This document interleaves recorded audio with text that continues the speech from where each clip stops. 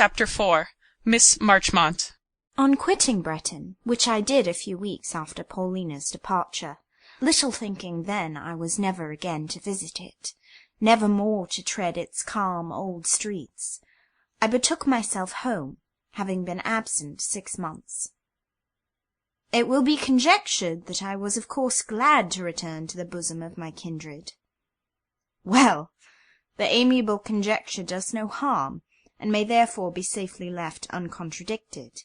Far from saying nay, indeed, I will permit the reader to picture me, for the next 8 years, as a bark slumbering through halcyon weather, in a harbour still as glass, the steersman stretched on the little deck, his face up to heaven, his eyes closed, buried, if you will, in a long prayer. A great many women and girls are supposed to pass their lives something in that fashion. Why not I with the rest? Picture me, then, idle, basking, plump, and happy, stretched on a cushioned deck, warmed with constant sunshine, rocked by breezes indolently soft. However, it cannot be concealed that in that case I must somehow have fallen overboard, or that there must have been a wreck at last. I too well remember a time, a long time, of cold, of danger, of contention. To this hour, when I have the nightmare, it repeats the rush and saltiness of briny waves in my throat, and their icy pressure on my lungs. I even know there was a storm, and that not of 1 hour nor 1 day. For many days and nights neither sun nor stars appeared. We cast with our own hands the tackling out of the ship. A heavy tempest lay on us. All hope that we should be saved was taken away. In fine, the ship was lost. The crew perished. As far as I recollect, I complained to no one about these troubles. Indeed, to whom could I complain? Of Mrs. Breton I had long lost sight. Impediments, raised by others, had years ago come in the way of our intercourse, and cut it off. Besides, time had brought changes for her, too. The handsome property of which she was left guardian for her son, and which had been chiefly invested in some joint stock undertaking, had melted, it was said, to a fraction of its original amount. Graham, I learned from incidental rumours, had adopted a profession. Both he and his mother were gone from Breton, and were understood to be now in London. Thus there remained no possibility of dependence on others. To myself alone could I look. I know not that I was of a self-reliant or active nature, but self-reliance and exertion were forced upon me by circumstances, as they are upon thousands besides. And when Miss Marchmont, a maiden lady of our neighbourhood, sent for me, I obeyed her behest, in the hope that she might assign me some task I could undertake. Miss Marchmont was a woman of fortune, and lived in a handsome residence, but she was a rheumatic cripple, impotent foot and hand, and had been so for 20 years. She always sat upstairs. Her drawing-room adjoined her bedroom. I had often heard of Miss Marchmont, and of her peculiarities. She had the character of being very eccentric, but till now had never seen her. I found her a furrowed, grey-haired woman, grave with solitude, stern with long affliction, irritable also, and perhaps exacting. It seemed that a maid, or rather companion, who had waited on her for some years, was about to be married, and she, hearing of my bereaved lot, had sent for me, with the idea that I might supply this person's place. She made the proposal to me after tea, as she and I sat alone by her fireside. "It will not be an easy life," said she candidly, "for I require a good deal of attention, and you will be much confined. Yet perhaps, contrasted with the existence you have lately led, it may appear tolerable." I reflected. Of course it ought to appear tolerable, I argued inwardly, but somehow, by some strange fatality, it would not. To live here, in this close room, the watcher of suffering, sometimes perhaps the butt of temper, through all that was to come of my youth, while all that was gone had passed, to say the least, not blissfully, My heart sunk one moment. Then it revived, for though I forced myself to realize evils, I think I was too prosaic to idealize, and consequently to exaggerate them. "My doubt is whether I should have strength for the undertaking," I observed. "That is my own scruple," said she, "for you look a worn-out creature." So I did. I saw myself in the glass, in my morning dress, a faded, hollow-eyed vision. Yet I thought little of the wan spectacle. The blight, I believed, was chiefly external. I still felt life at life's sources. "What else have you in view? Anything?" Nothing clear as yet, but I may find something. "So you imagine? Perhaps you are right. Try your own method, then, and if it does not succeed, test mine. The chance I have offered shall be left open to you for 3 months. This was kind. I told her so, and expressed my gratitude. While I was speaking, a paroxysm of pain came on. I ministered to her, made the necessary applications according to her directions, and by the time she was relieved, a sort of intimacy was already formed between us. I, for my part, had learned from the manner in which she bore this attack that she was a firm, patient woman, patient under physical pain, though sometimes perhaps excitable under long mental canker, and she, from the good will with which I succoured her, discovered that she could influence my sympathies, such as they were. She sent for me the next day. For 5 or 6 successive days she claimed my company. Closer acquaintance, while it developed both faults and eccentricities, opened at the same time a view of a character I could respect. Stern and even morose as she sometimes was, I could wait on her and sit beside her with that calm which always blesses us when we are sensible that our manners, presence, contact, please and soothe the persons we serve. Even when she scolded me, which she did now and then very tartly, it was in such a way as did not humiliate, and left no sting. It was rather like an irascible mother rating her daughter than a harsh mistress lecturing a dependent. Lecture, indeed, she could not, though she could occasionally storm. Moreover, a vein of reason ever ran through her passion. She was logical even when fierce. Ere long, a growing sense of attachment began to present the thought of staying with her as companion in quite a new light. In another week I had agreed to remain. 2 hot, close rooms thus became my world, and a crippled old woman, my mistress, my friend, my all. Her service was my duty, her pain my suffering, her relief my hope, her anger my punishment, her regard my reward.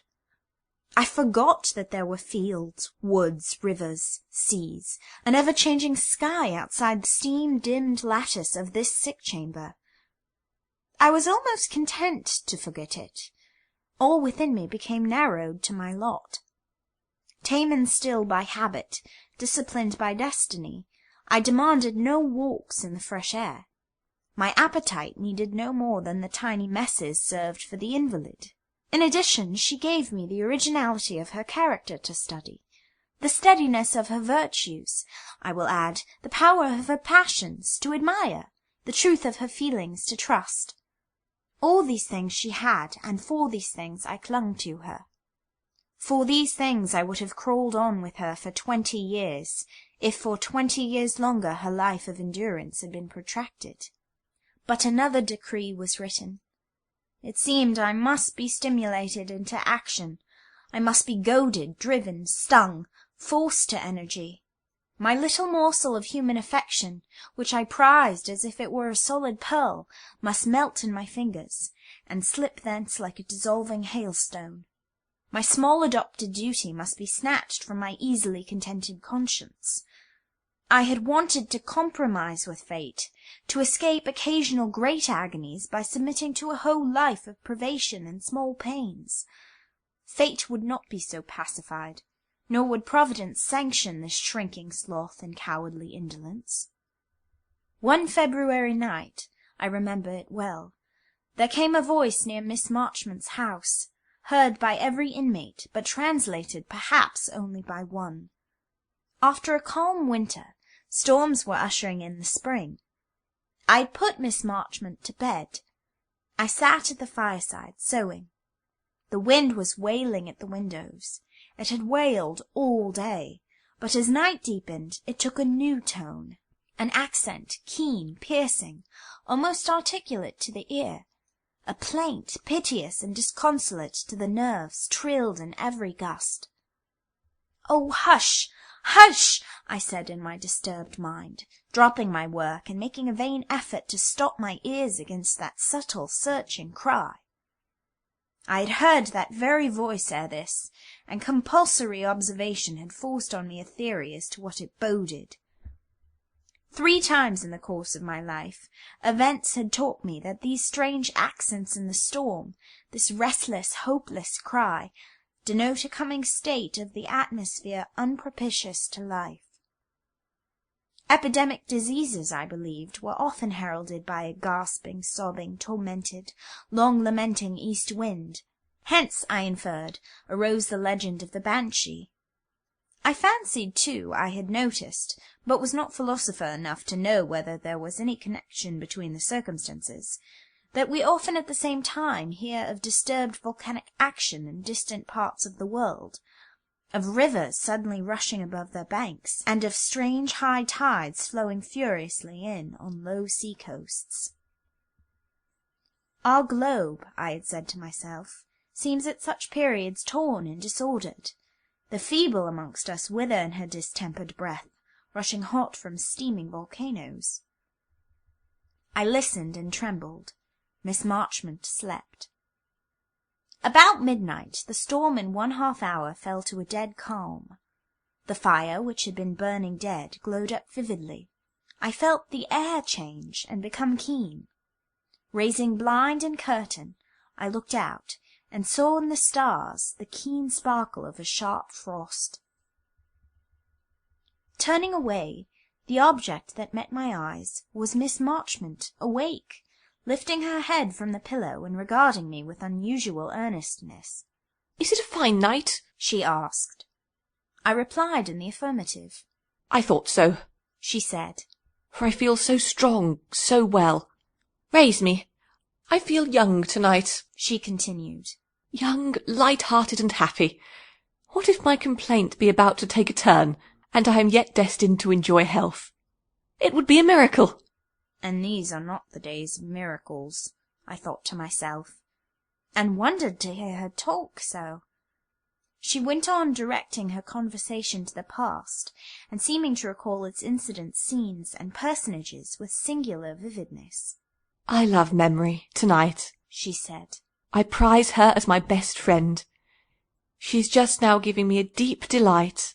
She is bringing back to my heart, in warm and beautiful life, realities, not mere empty ideas, but what were once realities, and that I long have thought decayed, dissolved, mixed in with grave mould. I possess just now the hours, the thoughts, the hopes of my youth. I renew the love of my life, its only love, almost its only affection, for I am not a particularly good woman. I am not amiable. Yet I have had my feelings, strong and concentrated, and these feelings had their object, which, in its single self, was dear to me, as to the majority of men and women are all the unnumbered points on which they dissipate their regard. While I loved, and while I was loved, what an existence I enjoyed! What a glorious year I can recall! How bright it comes back to me! What a living spring! What a warm, glad summer! What soft moonlight, silvering the autumn evenings! What strength of hope under the ice-bound waters and frost-hoar fields of that year's winter! Through that year my heart lived with Frank's heart. Oh, my noble Frank! My faithful Frank! My good Frank! So much better than myself, his standard in all things so much higher. This I can now see and say, if few women have suffered as I did in his loss, few have enjoyed what I did in his love. It was a far better kind of love than common. I had no doubts about it or him. It was such a love as honoured, protected, and elevated no less than it gladdened her to whom it was given. Let me now ask, just at this moment, when my mind is so strangely clear, let me reflect why it was taken from me. For what crime was I condemned, after 12 months of bliss, to undergo 30 years of sorrow? I do not know, she continued after a pause. I cannot see the reason. Yet at this hour I can say with sincerity what I never tried to say before. Inscrutable God, thy will be done. And at this moment I can believe that death will restore me to Frank. I never believed it till now. He is dead, then? I inquired in a low voice. My dear girl, she said, one happy Christmas Eve, I dressed and decorated myself, expecting my lover, very soon to be my husband, would come that night to visit me. I sat down to wait. Once more I see that moment. I see the snow twilight stealing through the window, over which the curtain was not dropped, for I designed to watch him ride up the white walk. I see and feel the soft firelight warming me, playing on my silk dress, and fitfully showing me my own young figure in a glass. I see the moon of a calm winter night float full, clear and cold over the inky mass of shrubbery and the silvered turf of my grounds. I wait, with some impatience in my pulse, but no doubt in my breast.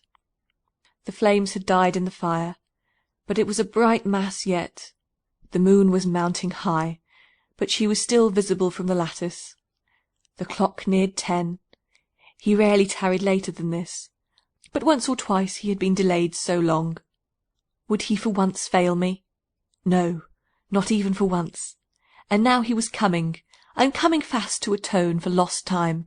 Frank, you furious rider, I said inwardly, listening gladly, yet anxiously, to his approaching gallop. You shall be rebuked for this. I will tell you it is my neck you are putting in peril, for whatever is yours is, in a dearer and tenderer sense, mine. There he was. I saw him, but I think tears were in my eyes. My sight was so confused. I saw the horse. I heard it stamp. I saw at least a mass. I heard a clamour. Was it a horse? Or what heavy dragging thing was it, crossing, strangely dark, the lawn? How could I name that thing in the moonlight before me? Or how could I utter the feeling which rose in my soul? I could only run out. A great animal, truly, Frank's black horse, stood, trembling, panting, snorting before the door. A man held it, Frank, as I thought. "What is the matter?" I demanded. Thomas, my own servant, answered by saying sharply, "Go into the house, madam." And then, calling to another servant, who came hurrying from the kitchen as if summoned by some instinct, "Ruth, take Mrs. into the house directly."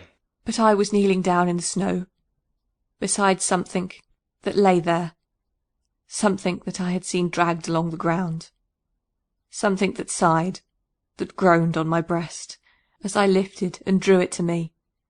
He was not dead. He was not quite unconscious. I had him carried in. I refused to be ordered about and thrust from him. I was quite collected enough, not only to be my own mistress, but the mistress of others. They had begun by trying to treat me like a child, as they always do with people struck by God's hand, but I gave place to none except the surgeon, and when he had done what he could, I took my dying Frank to myself. He had strength to fold me in his arms. He had power to speak my name. He heard me as I prayed over him very softly. He felt me as I tenderly and fondly comforted him. "Maria," he said, "I am dying in paradise." He spent his last breath in faithful words for me. When the dawn of Christmas morning broke, my Frank was with God. And that, she went on, happened 30 years ago. I have suffered since. I doubt if I have made the best use of all my calamities. Soft, amiable natures, they would have refined to saintliness.